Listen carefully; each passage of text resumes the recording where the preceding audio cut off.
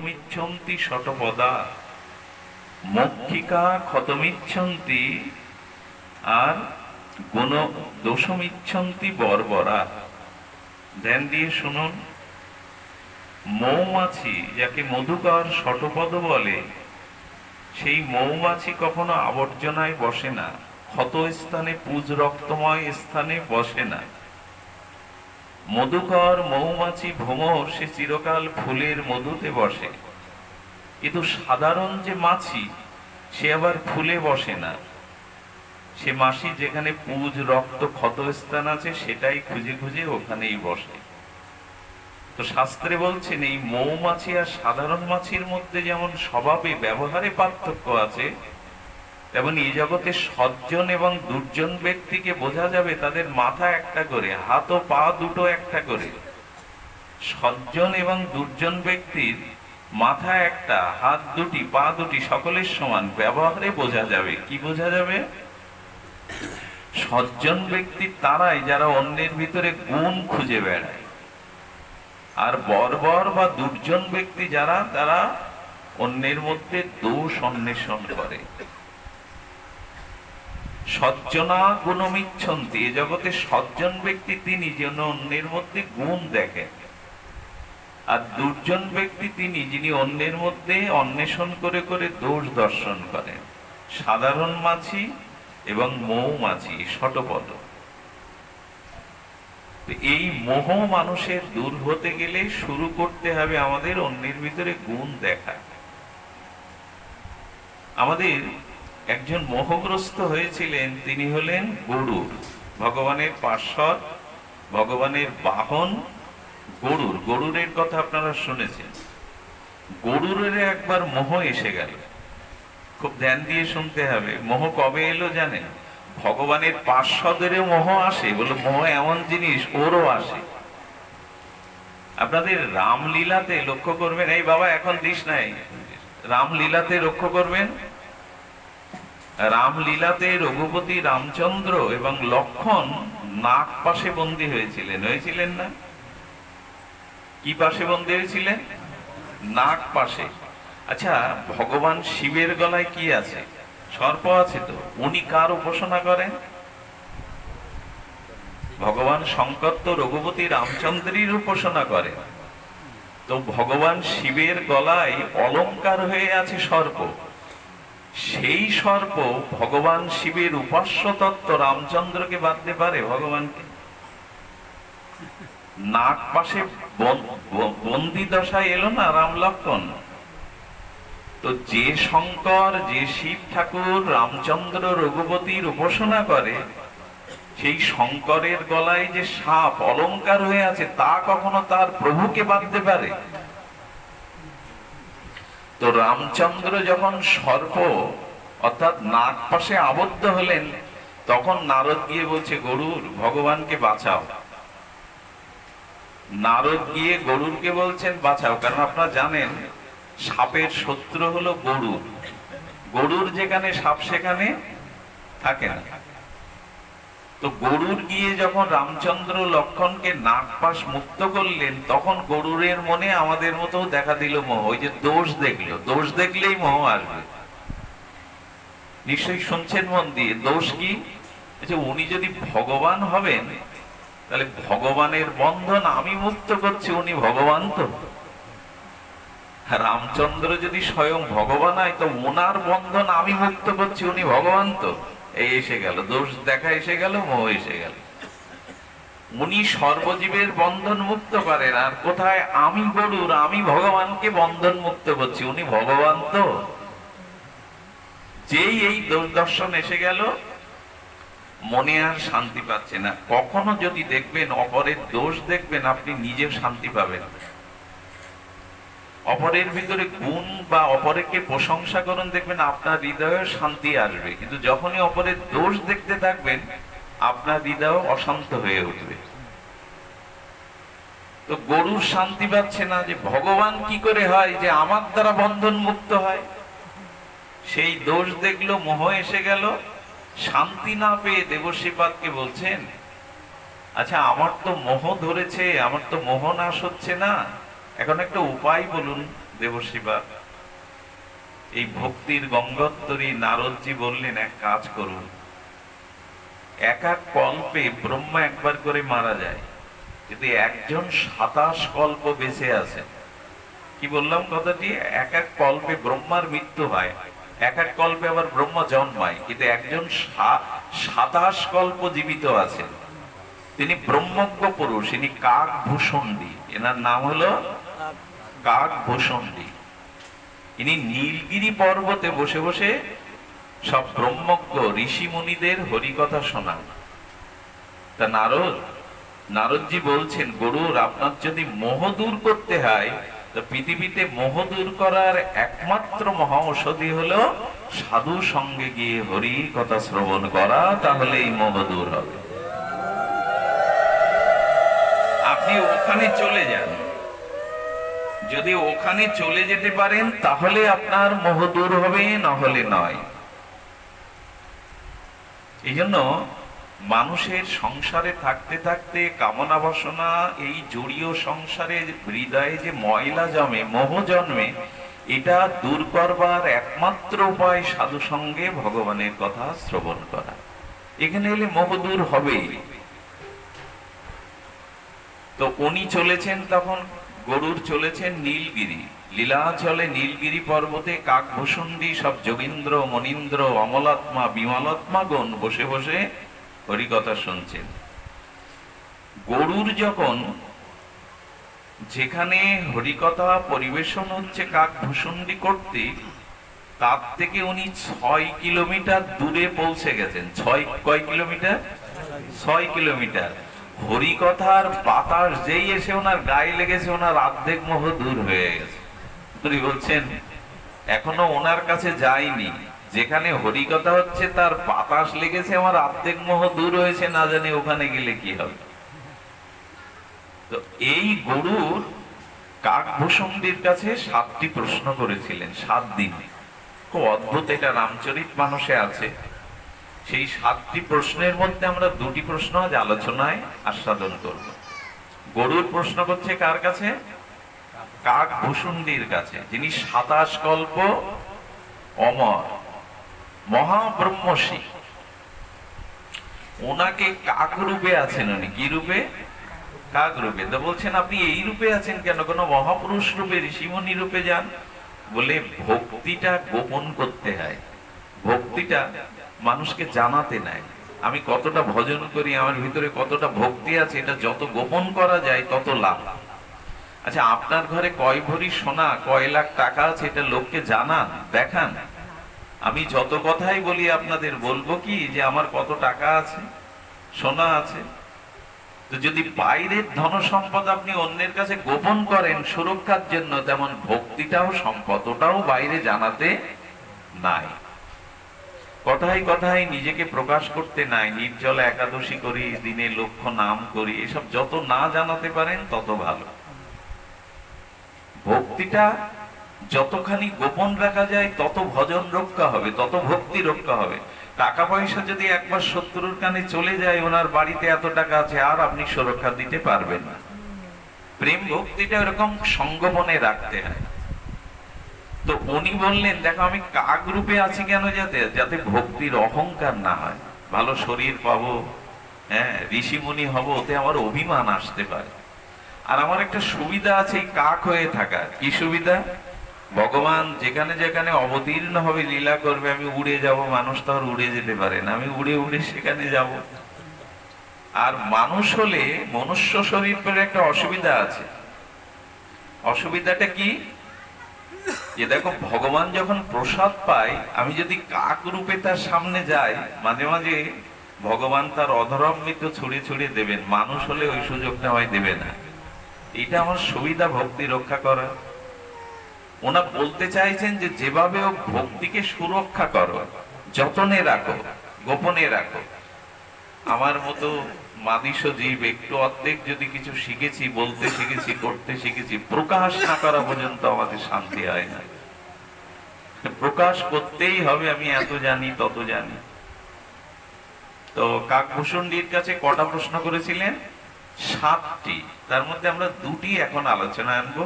একটু যদি মন দিয়ে শোনেন তাহলে জীবনের অনেক সমস্যার সমাধান হয়ে যাবে। এটা রামচরিত মানসে গোস্বামী তুলসীদাস বড় আদর করে তুলে ধরেছেন। এই 7টি প্রশ্নের 2টি প্রশ্ন করছেন গরুর মহারাজ। বলছে এই জগতে সবচাইতে দুঃখী আর সুখী ব্যক্তিকে, সবচাইতেই দুঃখী ব্যক্তিকে আর সবচাইতে সুখী ব্যক্তি কে, এই দুটো প্রশ্ন করলেন। তো তার উত্তরে তিনি দুঃখী ব্যক্তির প্রথমে দৃষ্টান্ত দিচ্ছেন। দুঃখী কে? কেউ যদি মনে করেন যার টাকা পয়সা নাই, যার অর্থ সামর্থ্য নাই, তিনি দুঃখী, কথাটা একেবারেই ভুল। একেবারে ভুল এই জন্য যে দিন দরিদ্র মানুষ যারা, যাদের অর্থের অভাব আছে, দেখবেন দিন মজুরি খেটে খায় কোনো রকমে, এরা গৃহে গিয়ে দেখবেন দুমুঠো যাহাই পায় তাই খেয়ে এরা নিশ্চিন্তে আনন্দে ঘুমায়। কিন্তু যাদের বহু ধন সম্পদ আছে, এরা ঘুমের বড়ি খেয়েও এরা সুখময় শয্যায় ঘুমাতে পারে না। কালকে মামলার দিন আছে, কালকে ব্যাংকে টাকা জমা দিতে হবে, জমির বায়না দিতে হবে, ঘুম এদের আর রাত্রে আসে না।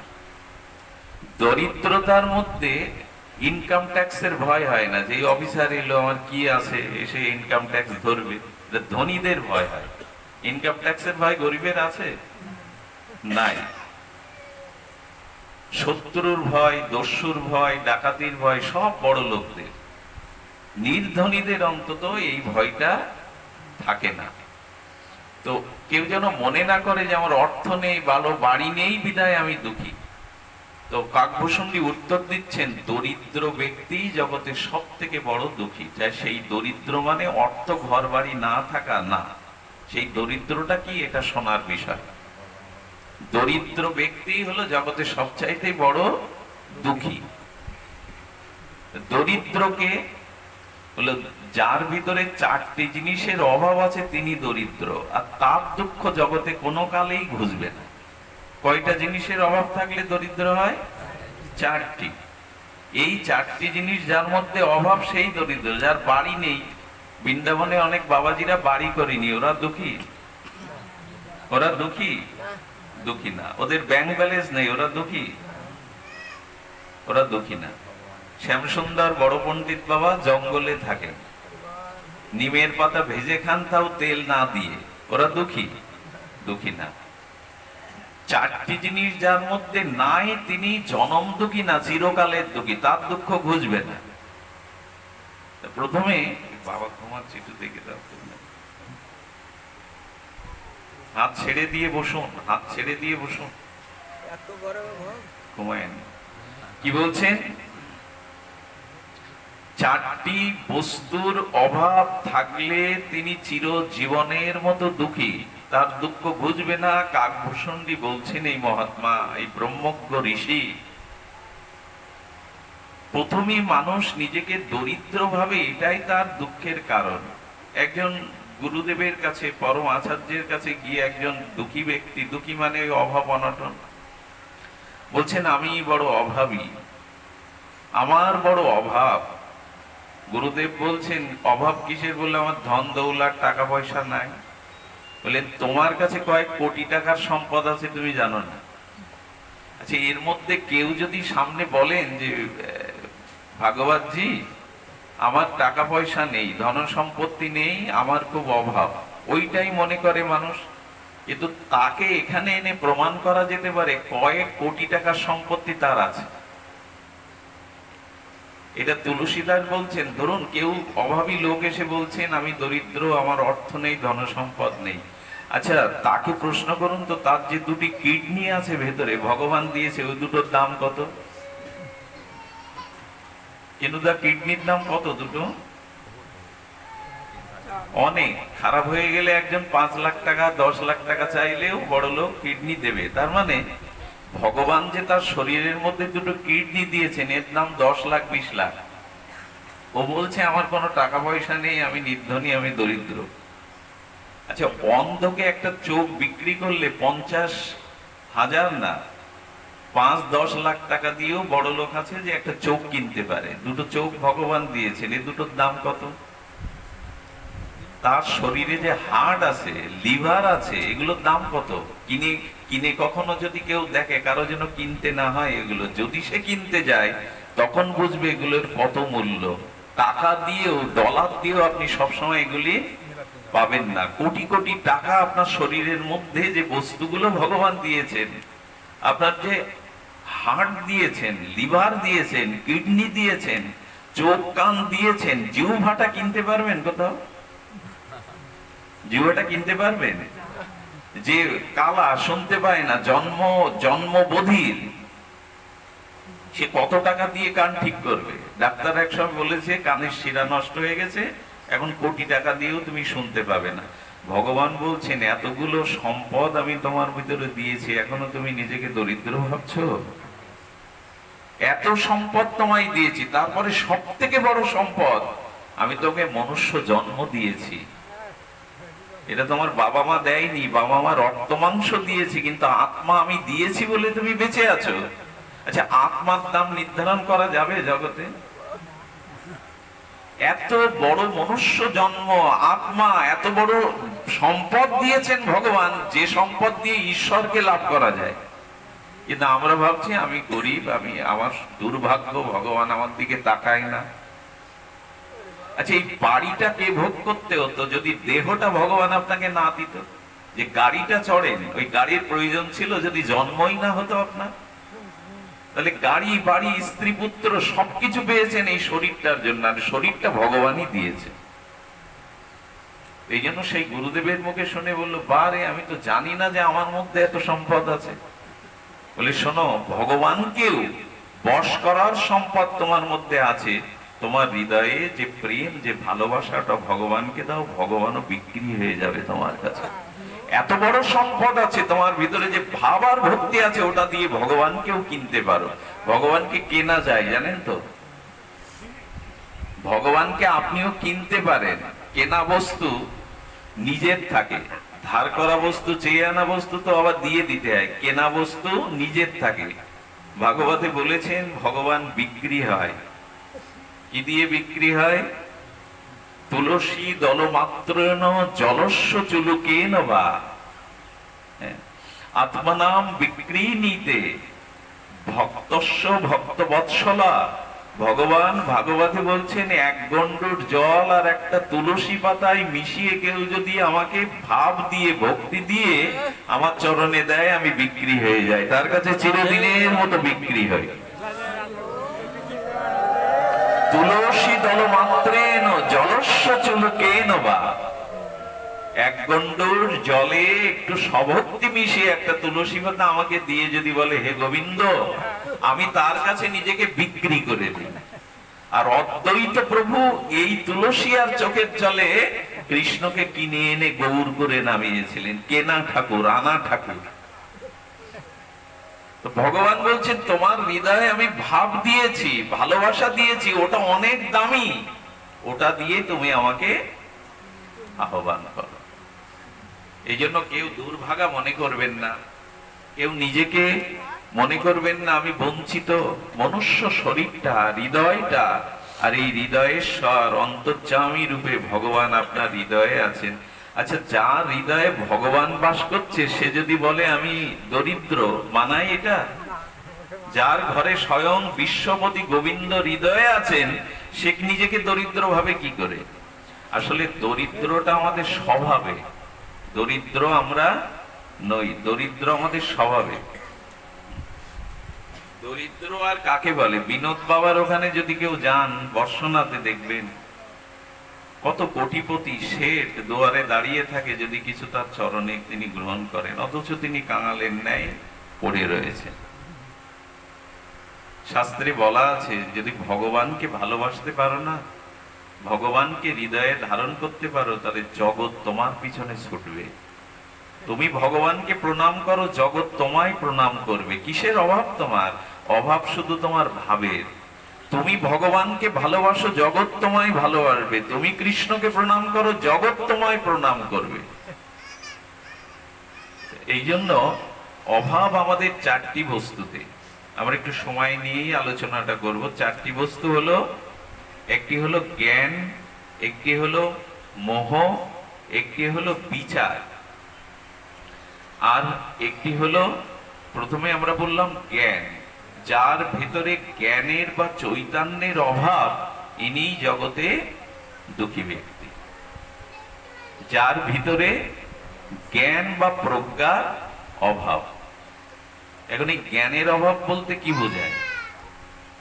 যার ভিতরে শুদ্ধ শাস্ত্র জ্ঞান বা সাধন ভজন, ভজনের দ্বারা যে জ্ঞান প্রজ্ঞা নাই, সেই ব্যক্তি হলো জগতে দুঃখী ব্যক্তি।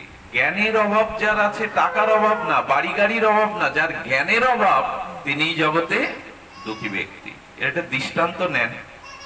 আপনি রাত্রে বাড়ি যাচ্ছেন পাঠ শুনে, তো রাত্রে বাড়ি যেতে গিয়ে আপনি সাপ সাপ বলে চিৎকার করে, হাতে আলো নাই, সাপ সাপ বলে চিৎকার করে দৌড়াতে গিয়ে পড়ে গিয়ে হাত পা কাটলেন, রক্তারক্তি হলো।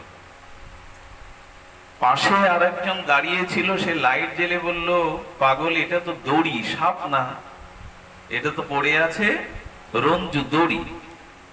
আচ্ছা, ওই ব্যক্তি যদি পরের দিন ওই পথ দিয়ে গিয়ে ওইখানে ওই বস্তুটা দেখে, আজ ভয় পেয়ে দৌড়াবে? কারণ গতকাল সে জেনে গেছে, তার এই জ্ঞান হয়েছে এটা সাপ না, এটা দড়ি। তাহলে আগের দিন যে হাত পা ভাঙলো দৌড়াতে গিয়ে, এই দুঃখটা কিসের কারণে পেল? অজ্ঞানতার কারণে। তার হাতে আলো থাকলে সে জানতো এটা সর্প না, এটা দড়ি। তাহলে এই হাত পা কেটে এই যে কষ্ট পাওয়ার মূল কারণ দুঃখের কি? জ্ঞানের অভাব। বোঝা যায়, জ্ঞানের অভাব। যার ভিতরে জ্ঞান বা চেতনা নেই, তিনিই জগতে দুঃখী ব্যক্তি। কাকভূষণী বলছেন যে তোমার সব থেকে বড় প্রয়োজন হলো জ্ঞান, তবে সেই জ্ঞান যেন মৌখিক না হয়। আমাদের কিরকম জ্ঞান জানেন? কথায় কথায় মুখে ফেনা তুলে বলি কি, কিছুই আমার না সংসারে, বলি কি না? যে এই জ্ঞান নেই কার? জীবনে দুবার পাঁচবার এই কথা কে বলেনি যে সংসারে কেউ কারো নয়, কিছুই আমার নয়? এ কথা কে বলে না বলুন তো? সবাই দু চারবার বলে। আচ্ছা, এই জ্ঞান আছে কিছুই আমার না, অথচ পুত্র আমার, কন্যা আমার, গাড়ি আমার, বাড়ি আমার, আমি আমার, এই করেই তো দিন কেটে গেল। মুখে বলছি কিছুই আমার, অথচ ছাড়ার বেলায়, ত্যাগের বেলায় ছাড়ছি না। তাহলে এই যে জ্ঞান, এটা হলো মৌখিক জ্ঞান। এই জ্ঞানেও দুঃখ দূর করা যাবে না। সব বলছি কিছুই আমার না, অথচ তার জন্যই রাত দিন নয়, সারাটা জীবন মোহগ্রস্ত, কিছুই আমার নয়। এই জন্য শাস্ত্রে বলছে, যদি জ্ঞান হয় তাহলে দুঃখের হাত থেকে রক্ষা পাবেন কি করে? দেখুন, আমি প্রসঙ্গটি অনেকবার আপনাদের শুনিয়েছি। দিনের পরে কি আসে? কথা বলুন, রাত।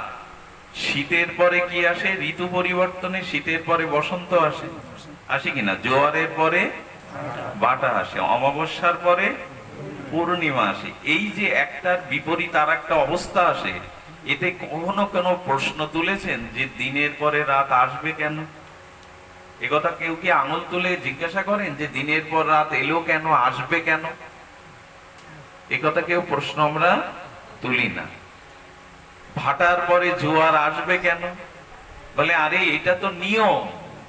এই জন্য কেউ প্রশ্ন তোলে না যে পূর্ণিমার পরে অমাবস্যা, অমাবস্যার পরে পূর্ণিমা, জোয়ারের পরে ভাটা, ভাটার পরে জোয়ার, শীতের পরে বসন্ত, আর বসন্তের পরে আবারও শীত আসবে।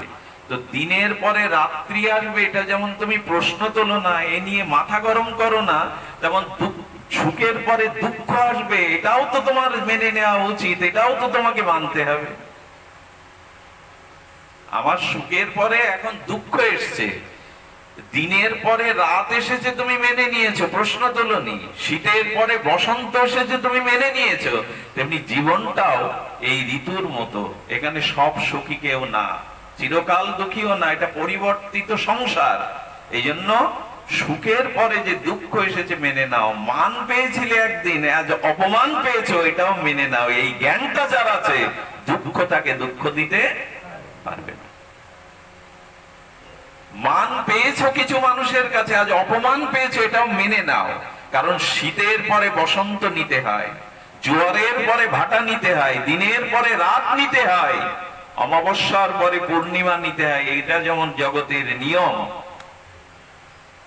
এখন বস্তু আমাকে সুখ দুঃখ দিতে পারে না, ভাব সুখ দুঃখ দিতে পারে। এখন এই যে পাখাগুলো যদি বন্ধ করে দেওয়া হয়, কষ্ট হবে না আপনার? এই যে এখন কেউ যদি তাল পাখার পাতা দিয়ে বাতাস করে, আপনার ভালো লাগবে কিনা? কিন্তু মাঘের কঠিন শীতে 4-5টা জামা গায়ে দিয়েছেন, তখন যদি কেউ তাল পাতা দিয়ে বাতাস দেয়, একই তো জগৎ, একই তো ব্যক্তি, দুটোই একই বস্তু। একটা সময় দুঃখের কারণ হচ্ছে, সেই মাঘের শীতে যদি কেউ তাল পাতা দিয়ে বাতাস করে, আপনার ভালো লাগবে, সুখ হবে? কিন্তু এখন যদি কেউ বাতাস দেয়, একই বস্তু, একই ব্যক্তি, দুই সময় দুয়ের ভাবের কারণে একটাই কষ্ট হচ্ছে, একটাই শান্তি হচ্ছে। ঠিক যার জ্ঞান আছে, যিনি মান অপমান সুখ দুঃখকে সমান করে নিতে পারেন, এই জ্ঞান যার আছে, দুঃখ তাকে দুঃখ দিতে পারবে না। এই জন্য শ্রীবাসের ছেলে মরে গেলেও হাসেন, নৃত্য করেন, কাঁদেন, কারণ পুত্র আমার নয় প্রভু, ওকে যতদিন আমার কাছে দিয়েছিলে আমি পালন করেছি, এখন তোমার কাছে চলে গেছে। এইভাবে নাচছে মরা পুত্র ডেকে। দুঃখ কি করবে তার? নিজের পুত্র মারা গেলে যে ঢেকে এসে কীর্তন করতে পারে, দুঃখ তাকে কি দুঃখ দেবে? বরঞ্চ দুঃখকেই সে দুঃখ দিচ্ছে। এই জন্য জগতে যে পরিস্থিতি আসুক মেনে নিন। অনেকেই বলে মান ভালো লাগে, অপমান ভালো লাগে না। বলে অপমানটা ভালো লাগাও। অপমানে মানুষ তাড়াতাড়ি শুদ্ধ হয়, উপদেশে জ্ঞানে যতটা শুদ্ধ না হয়, কলঙ্ক অপমানে মানুষ দ্রুত স্বভাব শুদ্ধ করে নেয়। ওইটা দরকার বলে। আচ্ছা, গীতায় ভগবান বলছেন, মান ও অপমান শীতৃষ্ণ সুখ দুঃখেষু সমসঙ্গ বিবর্জিত, য সমে ভক্ত মে প্রিয়। আচ্ছা, গোবিন্দ বলছেন আমার এই ভক্ত খুব প্রিয়। এই কথা যখন বলছেন, তখন দৃষ্টান্ত দিচ্ছেন, যিনি মান অপমান শীত গ্রীষ্ম সুখ দুঃখ সমম জ্ঞান করেন, ইনি আমার অতীব প্রিয়। গোবিন্দ একবারও কিন্তু বলেননি যার গলে অনেক মালা আছে, যার ধুতি পরা আছে, যার মাথায় শিখা আছে, তিলক আছে, সেই আমার সব থেকে প্রিয় ভক্তের। বলেছে গীতায়? বলেছে সুখ দুঃখকে যে মেনে নিতে পারে, মান অপমানকে যে মেনে নিতে পারে, সেই আমার প্রিয় ভক্ত। এই জন্য আসুন আমরা ভগবানের, দেখুন সব পরিস্থিতি ভগবানের দিকে তাকিয়ে থাকুন। কথাটা খুব মার্মিক কথা। সব পরিস্থিতি থেকে ভগবান তত্ত্বেন অনুকম্পাম সুসমীক্ষ মান, এটা ব্রহ্মার শব্দ। ব্রহ্মা কৃষ্ণ ভগবানকে বলছেন, আমি তোমার দিকে তাকিয়ে আছি, তুমি আমার জীবনে যা দিবে সেটাই আমার করুণা, যা তুমি আমার জীবনে দেবে সেটাই আমার তত্ত্বেন অনুকম্পাম সুসমীক্ষ মান এবং ভুঞ্জানয় বার্ত ক্রিয়া। ব্রহ্মাজি বললেন, প্রভু আমি যেন তোমার দিকে তাকাই। এই কথাটি ধ্যান দিয়ে শুনুন, ভগবানের দিকে তাকাতে হবে, তাহলে তার যা কিছু দিচ্ছে ওটা করুণা মনে হবে। আর যদি নিজের দিকে তাকান, ভগবানের দিকে না তাকিয়ে, এই দুটো বিষময় ফল হবে। ভগবানের দিকে তাকিয়ে থাকুন তো তার দুটো শুভ ফল হবে, আর নিজের দিকে যেই তাকাবেন সেই দুটো অশুভ ফল ফলবে। নিজের দিকে তাকালে অভিমান আর অহংকার আসে, আমি অমুক তমুক। ভগবানের দিকে না তাকিয়ে নিজের দিকে তাকালে আপনার অভিমান আসবে। আপনার ভিতরে যে গুণ আছে, আপনার ভিতরে যা আছে অভিমান, আর অভিমান আসলে, অহংকার আসলে আপনার পতন।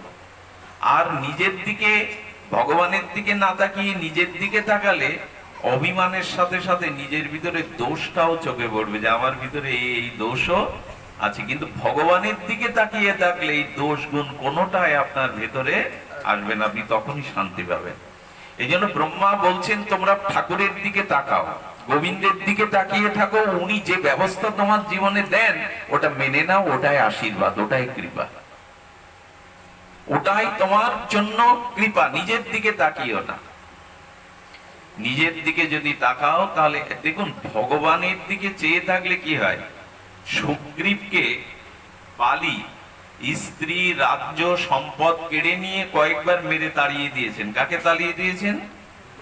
সুগ্রীবকে বালি তাড়িয়ে দিয়েছেন না, রাজ্য কেড়ে নিয়ে, তার স্ত্রী তারাকে কেড়ে নিয়ে সব তাড়িয়ে দিয়েছেন। আচ্ছা, ওকে প্রাণে মারার হুমকিও দিয়েছেন। সুগ্রীব তখন এমন একটা জায়গা খুঁজছে যে জায়গায় অবস্থান করলে বালি আর আমাকে আক্রমণ করতে যাবে না। তিনি কোন পর্বতে গিয়েছিলেন জানেন? ঋষি শৃঙ্গ পর্বতে। এইখানেই সুগ্রীব বসে থাকতো। কারণ কি জানেন? উনি শুনেছিলেন যে একদিন রাম ভগবান সীতা অন্বেষণে এই পর্বতে আসবে, রাম এই পর্বতে একদিন আসবে, এই ভেবে উনি ওখানে বসেছেন। ঋষিমুনিরা জপ করে যে এখানে বালি এসে আমাকে মারতে পারবে না, মানে ভগবানের ভক্ত যেখানে, কৃপা যেখানে, সেখানে অবস্থান করলে আর শত্রু আমাকে আক্রমণ করতে, বালি সবখানে যেত কিন্তু ঋষিশৃঙ্গে পর্বতে যেত না। আর আপনারা এও শুনেছেন কালীয় হ্রদে, যেখানে কালীয় নাগ বাস করত, সেখানে জল এত বিষময় হয়ে গেছিল যে গাভীরা খেলে মারা যেত। ওর উপর দিয়ে পাখিগুলো গেলে পাখিগুলো মরে পড়ে থাকতো। এমনকি কালীন ওখানে কি ছিল, কালীয় হ্রদের দুই পাশে একটা দুর্বা ঘাসও জন্মাতো না, এতটা বিষময় হয়ে গেছিল। কিন্তু আশ্চর্য কি জানেন? ওই কালীয় হ্রদে একটা তমাল বৃক্ষ বেঁচেছিল। যে এর ব্যাখ্যা কি বাবা? ঘাস বাঁধছে না, কোন বৃক্ষ লতা জন্মাচ্ছে না, বিষের জ্বালায় কালীয় নাগের, পাখি উড়ে গেলে ওখানে মরে পড়ে থাকছে, অথচ কেন একটা কদম্ব গাছ সে দাঁড়িয়ে আছে। এর কারণ কি? এর কারণ হলো গোবিন্দ ওখানে এসে চরণ রাখবেন, ওইখান থেকে কালীয় নাগের ঝাঁপ দেবেন। তো গোবিন্দের চরণ এখনো পড়েনি, পড়বে, এই জন্য বৃক্ষটাকেও বিষে জর্জরিত করতে পারিনি। গরুরও বসেছিল একবার। তো বলছেন যেখানে ভগবানের চরণ পড়বে, এরকম আশাও যেখানে আছে, সেখানে বিষক্রিয়া নষ্ট করতে পারে না। কত বড় দৃষ্টান্ত দিলেন! আমি ভগবানকে ভজনা করব, এই সিদ্ধান্তও যদি কেউ নেয়, তাহলে তার সমস্ত অমঙ্গল ভগবানই দূর করে। সিদ্ধান্তও যদি কেউ নেয়, এখনো ভজন শুরু করিনি, কিন্তু কেউ যদি সিদ্ধান্ত নেয় আমি এবার থেকে নাম জপ করব, ভগবানের ভজন করব, তার মঙ্গল শুরু হয়ে যায়। কেউ ভাগবতে আসবে বলে সকালে মনে করেছে আজকে চাঁদপুর সাধুকা ভবনে ভাগবত পাঠ হবে, কেউ সকালে মনে করেছে, সিদ্ধান্ত নিয়েছে, সংকল্প করেছে যাব, অথচ কোনো কার্যান্তরে আসতে পারেননি। গোবিন্দ বললেন ওই যখনই সংকল্প করেছে শ্রবণ করতে যাব, তখনই আমি তোমার হৃদয়ে বাধা পড়ে গেছি। আসতে পারো কান না করো, সত্য হৃদয় অবরুদ্ধতি শুশ্রবি তৎক্ষণাৎ। ভগবান শ্রবণ করেনি ভগবানের কথা, শ্রবণ করবে এই সংকল্প সকালে নিয়েছে, আমি তার হৃদয়ে বাধা পড়ে গেছি। এই জন্য যেখানে ভক্তি আছে, ভগবান আছে, ভগবানের কথা আছে, ওইটা মনে করলেও ভগবান আপনার হৃদয়ে অবরুদ্ধ হয়ে যায়। তাহলে আমরা প্রথমে কি বললাম? অভাব জীবনে তারই খুঁজবে না যার জ্ঞানের অভাব। আর জ্ঞানটা আমরা আলোচনা করলাম সুখ দুঃখের সম জ্ঞান করা। আরেকটা হলো বিচারের অভাব। প্রতিটি কাজ মানুষকে বলা হয়েছিল শাস্ত্র বিচার অনুযায়ী করতে, যেটা আমরা করি না। আচ্ছা, দশরথ মারা গেল কেন পুত্র শোকে? রামের পিতা দশরথ, রাম ক বছরের বনবাসে গেল বলুন একটু? 14 বছরের। তাতে তুমি মারা পড়লে কেন? শ্রীকৃষ্ণ তো নন্দ বাবাকে রেখে 100 বছরের জন্য চলে গেছিল, নন্দ বাবা মারা গেছিল? দুইজনই তো ভগবানের বাবা। একজন 14 বছর সহ্য করতে পারলো না, পুত্র শোকে মারা গেল। আর নন্দ বাবা 100 বছর সহ্য করলেন কৃষ্ণের। দেখুন নন্দ বাবা দশরথের মধ্যে পার্থক্য কি দেখুন। দশরথ পুত্র শোক সহ্য না করতে পেরে দেহ রাখলেন, আর নন্দ বাবা বলছেন আমার প্রাণটাও চলে যেত, কিন্তু যায়নি কেন জানো? আমার কানাই এসে, আমার গোপাল এসে যেদিন বাবা বলে ডাকবে, যদি উত্তর না পায়, আমার কোল না পায়, আমার কৃষ্ণের কত কষ্ট হবে। তা আমি প্রাণটাকে জোর করে ধরে রেখেছি। দশরথ, তুমি যে চলে গেলে একবারও ভাবলে না যে রাম এসে যখন বাবা বলে ডাকবে, উত্তর না পেলে রামের কত কষ্ট হবে? তো ঘটনাটা হলো কি, দশরথের অভিশাপ ছিল। উনি আন্দাজে বান ছাড়লেন না? মনে হচ্ছে হরিণ শব্দবেদী বান আন্দাজে ছাড়লেন। এটা ঠিক হলো দশরথের? বোঝা যায় কি যা বলা হচ্ছে? দশরথ, তুমি চক্রবর্তী রাজা, তুমি একটা বান ছাড়ছো, তো তুমি জেনে ছাড়বে না? ওটা পশু না মানুষ? শাস্ত্র বলছে বিচার করে যদি কাজ না করা হয়, দশরথের মতো অবস্থা হবে।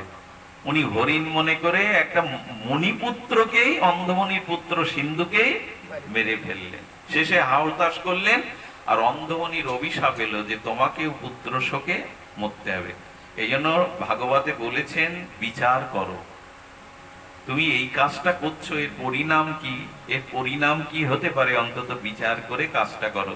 তাহলে যার মধ্যে বিচার, এবং যার মধ্যে বিচার নেই, জ্ঞান নেই, আর যার মধ্যে ভাব নেই, এখানে এসছি, এরা এত কষ্ট করে অনুষ্ঠান করছে, হ্যাঁ গরম পড়ছে, এখানে এসেছি, কিন্তু আমার হরি কথাতে বা হরি নামের মধ্যে মুখটা দেখলেই বোঝা যাচ্ছে যে ওনার ভাবটা কাজ করছে না।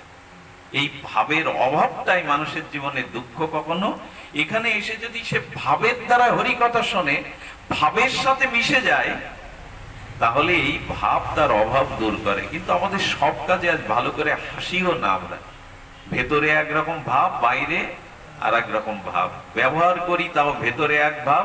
এই ভাব শুদ্ধ না হলে তার দুঃখ কোনোদিন যাবে না। তাহলে কি কি বলা হলো? যার ভিতরে বিচার নাই, যার ভিতরে ভাব নাই, যার ভিতরে জ্ঞান নাই, আর যার ভিতরে প্রকৃত মোহ আছে, এই ব্যক্তির দুঃখ কখনো বুঝবে না। আচ্ছা, একটা প্রশ্নের উত্তর আমরা দিলাম, সেটা হলো দুঃখী ব্যক্তি কে? ছোট্ট করে বলবো। দ্বিতীয় প্রশ্নের উত্তরটা যে সুখী কে। উনি প্রশ্ন করছেন, যুধিষ্ঠির মহারাজা উত্তর দিয়েছিলেন অঋণী অপ্রবাসী সাকান্ন। এই কথাটা আরো উচ্ছেদ কথা, আরো মূল্যবান কথা। সুখী কে? শুনুন, কাকভূষণজি বলেছেন এই পৃথিবীতে সব থেকেই সুখ বা সুখী ব্যক্তি তিনি। বলেন পৃথিবীর যদি সব থেকে বড় সুখ পেতে চাও, সুখী হতে চাও, তবে সাধু সঙ্গের ন্যায় জগতে আর কোন সুখ পৃথিবীতে কেন অনন্ত ব্রহ্মাণ্ডেও নাই। সাধু সঙ্গের ন্যায় পরম সুখ এ জগতে আর কোথাও নাই। এই জন্য